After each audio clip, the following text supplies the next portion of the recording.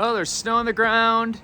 It is cold here in Central Oregon. Water levels are running pretty low, but I am still doing the work of canoes. And I just unwrapped a Northstar ADK, the 12-foot pack canoe from Northstar. I've had a lot of questions about this recently. I think folks that are trying to look for something that's light, that they can just pick up one hand, go down the trail, easy load, maybe store in an RV, even slide into the back of a truck or an SUV. And at 20 pounds, it's just on a boat that you even have to think about when you pick up. You can pretty much just grab it with one hand and pick it up. So let's take you around this and show you some of my thoughts on it. All right, we're looking at the ADK. This is the 12-footer. They have the ADK LT, which is a 10-footer. And I like the 12 just for a little bit more tracking, a little more capacity, and a little bit more stability. So here's the deal on this boat. At the max width, you're 28 inches wide. And down at the 3-inch water line, which is kind of typical of your average paddler that's at the right load, you're at about a 24.5-inch beam.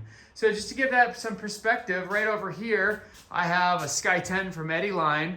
It has a width profile that's very similar. In fact, at the water line, the Sky 10 is probably a little bit wider. Here's a Sandpiper back here from Eddyline. That's a 28-inch wide kayak, and again, on the water line, it's probably right around 27, 26. So at the water line here, you actually have a pretty not necessarily narrow, but it's not a big wide pig, and you're going to get performance. Rocker wise, we have 1.5 inches of rocker up front, 3/4 of an inch in the back, so you're going to have some maneuverability but good tracking. I ordered this with their lounger seat. This adds several $100s more, but gives you a really nice plush bottom seat, adjustable, and check out the carbon work on that. Really cool. It's all carbon, and you've got adjustable knobs there forward and back. They have a really, basically kind of a sit on top style seat. It's actually from Surf to Summit. I'm impressed with how thick that padding is though. It does look really plush.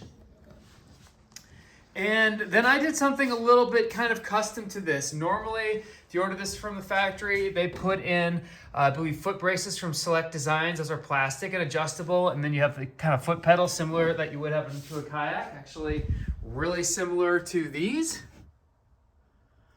I have a boat up there that actually has those. But when I paddle this boat, sometimes I like to have my feet in the middle. And also, putting those other foot braces in does put 2 holes in the boat. So for a little upcharge from Northstar, I had them put the standard adjustable aluminum foot brace. And this is neat for me because if I decide that I want to have my feet in the middle, it's great. I don't have to be splayed out wide. I can adjust it. And I just think it also kind of rounds out the look a little bit better versus putting in some plastic foot braces. So you've got end foam-filled tank wells there for added flotation. This is in the Starlight layup, 20 pounds. Got the decked foam core mat there for reinforcement. The aluminum trim, you have both an in-whale and in-whale here, which is kind of this L shape right underneath there, and then the out-whale, which is typical of all of their aluminum trim.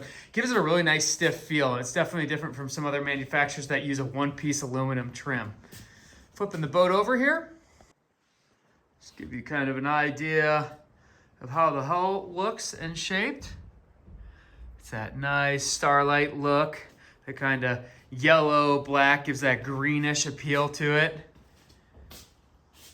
We're gonna get this out on the water in a next video here shortly. This boat, actually I was about to put into my demo fleet and somebody that has been snooping around decided to buy it. So I wanted to get a video of it out to you guys, and then what I will do is head up there and pull that one down and get a video of that one. Doesn't have the lounger seat in it, but you'll be able to see how it performs on the water. So who do I think this boat is for? They say the capacity is up to about 230 pounds, optimal load range of paddler.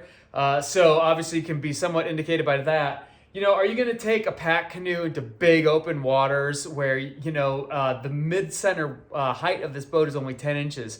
So, it's not gonna be the driest ride in big waves, but that's not what it's used for. I have a few river sections near me that I need to hike or walk to. And this is the kind of canoe you could put a center carrying yoke on and just go up the trail and then float back down, and you wouldn't even think about the walk. It'd be almost as easy as carrying a light, day pack. And so I think that's what it's for. We have some high alpine lakes that our hikes in. I think it'll be great for that. Maybe I want to, go up and do a little fishing in some of these lakes that you can only get to by trail. I think that'll be great for that. The heritage of this boat is for exactly that kind of thing, jumping over ponds, pond to pond, going over a beaver dam. I remember David Yost in the Bell days told me that this was one of his favorite canoes to paddle. And I think it's just so easy to use. And one of the things that's, really something to think about is a lot of people that are in this class of kayaks, like there's the Eddie Line Sky 10, and it weighs around 32, 33 pounds. But you have the double bulkheads, which are great for dryness, positive buoyancy, and so forth. But do you really need a deck, because you are carrying that. So you're around $1,400 here for something that weighs around 32, 33 pounds. We're around $2,300, $2,400 for the ADK, and it weighs 20 pounds. I can use a kayak paddle. I can use a canoe paddle. I'd have to say the seat's probably as comfortable, if not more comfortable, because I can move around nice and easy, fully adjustable foot braces. So I guess in the world of recreational kayaks and kind of performance recreational kayaks, the ADK might be a nice consideration to look at if really weight is what you're after saving. This is just a canoe that you don't think twice about picking up. You're like, I'm gonna go. I can carry it down the trail wherever I want. It's something that I can easily put away, get on top of the car.